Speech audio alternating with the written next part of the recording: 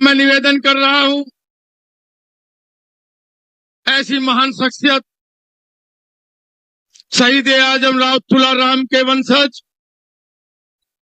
4 बार विधानसभा में आपकी आवाज उठाने वाले और 5 बार हिंदुस्तान की सबसे बड़ी पंचायत के आपकी आवाज उठाने वाले ऐसी महान शख्सियत जो कहते हैं वो करते हैं, जिनकी नीयत साफ है, ऐसे ईमानदारी की मूरत मैं निवेदन करूंगा जिनका ईमानदारी के किस्से पूरे हिंदुस्तान में गाए जाते हैं, ऐसी महान शख्सियत से मैं निवेदन करूंगा।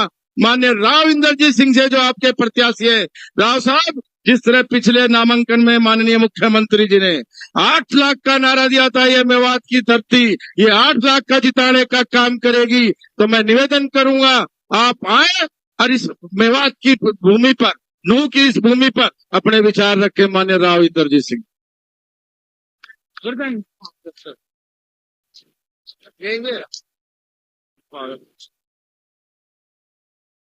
माननीय मुख्यमंत्री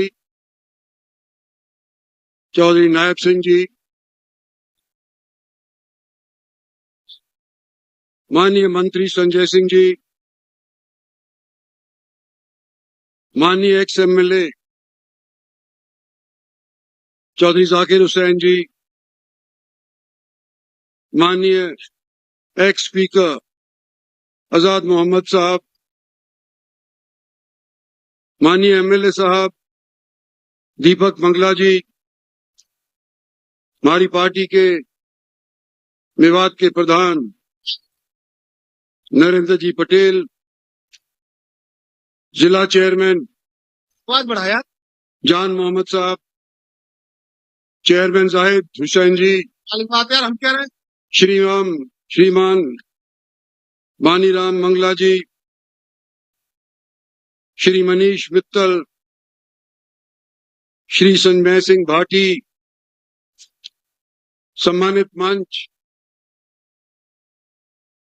और यहाँ शेड के नीचे आए हुए सभी बुजुर्ग साहिबान, नौजवानों और दोस्तों, सबसे पहले तो मैं शुक्रगुजार हूं हमारे चीफ मिनिस्टर साहब का कि हालांकि ये खुद अपना इलेक्शन लड़ने जा रहे हैं और कल अपना पर्चा भी भरने जा रहे हैं, फिर भी इन्होंने समय निकाला और मेरे लिए यहाँ पर तशरीफ लाए, वोट मांगने के लिए जो आ जाए, इनका मैं शुक्रिया अदा करना चाहता हूं। साथियों, मैं आपके लिए नया नहीं, अगर राजनीतिक तौर के ऊपर देखा जाए तो 2009 से लेकर के अब तक मेवात में आकर के मैं अपने लिए वोट मांगता आया हूं और 2009 के अंदर जब मैं पहली बार जीता था परिसमन आयोग के फैसले के बाद, तो मुझे केवल 80,000 की जीत दर्ज हुई थी। 2014 में मैंने फिर वोट मांगे थे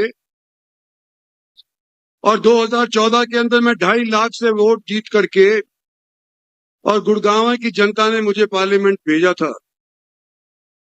तीसरी बार जब मैं 19 के अंदर इलेक्शन लड़ा तो उस टाइम मेरे को 4.25 लाख लोगों ने जिता, 4.25 लाख वोटों से लोगों ने जिता करके भेजा।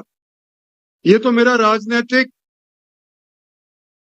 सिलसिला भारतीय जनता पार्टी के साथ जुड़ने के बाद और मेवात के अंदर वोट मांगने का है, लेकिन मेवात से मेरा नाता बहुत पुराना है और याद दिलाना चाहता हूं, अगर आप लोग इतिहास के पन्ने को पलटेंगे तो याद करो, जब पहली बार हिंदुस्तान के अंदर आजादी की लड़ाई की जंग छिड़ी थी तो मेरे दादा और मेवात वाले अकेले ही नहीं, भारतवर्ष के अंदर अनेक जगहों के ऊपर अंग्रेजों के खिलाफ युद्ध जो छेड़ा गया था, राव तुलाराम के नीचे मेवातियों के साथ बहादुर शाह जफर को दिल्ली के तख्त के ऊपर बिठाया था। तो हमारा वास्ता 1 साल का नहीं, 10 साल का नहीं, सैकड़ों साल का है।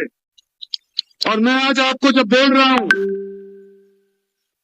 हालांकि मैं मेवाती नहीं हूं, लेकिन मेरा दिल गवाही देता है कि कोई शख्स मेरे पास आया हो, दिवाली का हो, कोई शख्स मेरे पास आया हो, गुड़गांव का हो, कोई शख्स मेरे पास आया हो, मेवात का हो, मैंने इनके अंदर बिल्कुल भी फर्क नहीं आका। अगर उसकी बात जायज थी तो उसके लिए मैंने अपनी आवाज बुलंद करी है। निजी तौर के ऊपर मेरा नफा हो या नुकसान हो, इस चीज की परवाह करे बिना मैंने जायज बात को कहने की हिम्मत रखी है। और आज आपके बीच में खड़ा होकर के मैं यूं कहना चाहता हूं कि जो 10 साल के अंदर भारतीय जनता पार्टी ने इस क्षेत्र के अंदर काम किए थे, एक मौका और नरेंद्र मोदी की सरकार को दो।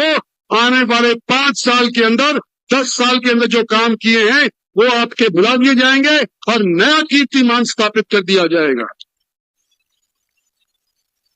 लेकिन फिर भी कोई अपनी आंख बूंद ले, उसका तो किसी के पास कोई इलाज नहीं। लेकिन जो आंख खोल करके देख सकता है, उसको मैं भारत सरकार की तरफ से जो यहां योजनाएं रची गई हैं उनका मैं जिक्र जरूर करना चाहता हूं। सबसे पहले दिल्ली मुंबई एक्सप्रेसवे जो मेवात को छूता हुआ, सोना को छूता हुआ जाता है, 1 लाख करोड़ रुपया भारत सरकार का इसके ऊपर खर्च हुआ है जब जाकर के ये बना है। दौसा तक पूरा हो गया है और बंबई तक जाने की थोड़ी सी कसर बकाई है।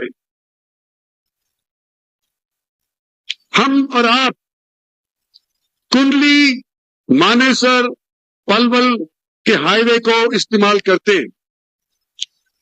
किस सरकार की देन है?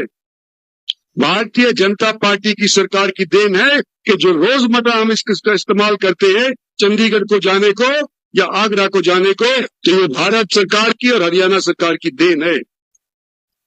लेकिन ये शायद आप लोगों को नहीं मालूम कि इसके साथ साथ भी भारत सरकार की एक योजना इस तौर पे है कि ऑर्बिटल रेल कॉरिडोर, जिसके ऊपर खर्च लगेगा 5,600 करोड़ रुपया, वो इसके बाजू के अंदर हम घुमाएंगे और पैसेंजर ट्रेन यहां पर चलाएंगे।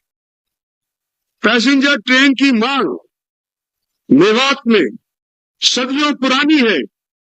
ऑर्बिटल रेल कॉरिडोर के माध्यम से पैसेंजर ट्रेन कम से कम ताउरू के इलाके के अंदर तो चल जाएगी और आने वाले समय के अंदर इंशाअल्लाह हम मेवात के अंदर भी ये ट्रेन चला करके दिखाएंगे आप लोगों को। पिछले बजट के अंदर नरेंद्र भाई की, मोदी की सरकार के बजट के अंदर एक प्रावधान करना बताया था कि मेवात के अंदर रेल चलाने के लिए एक हेड खोला जाए। और मैं, क्योंकि उनकी, नरेंद्र मोदी की कैबिनेट का सदस्य हूं, पार्लियामेंट के अंदर मैं एमपी हूं, मुझे मालूम है कि वो बजट खोल दिया गया है। और अब जब माली हालत रेलवेज की सुधर गई है तो आने वाले 5 साल के अंदर हम मेवात के अंदर, नूह के अंदर, फिरोजपुर जिरका और पुनाना तक रेलगाड़ी दौड़ाएंगे और इसको मुकम्मल करेंगे। मेरे पास दायित्व भारत सरकार के अंदर नीति आयोग का, प्लानिंग का है।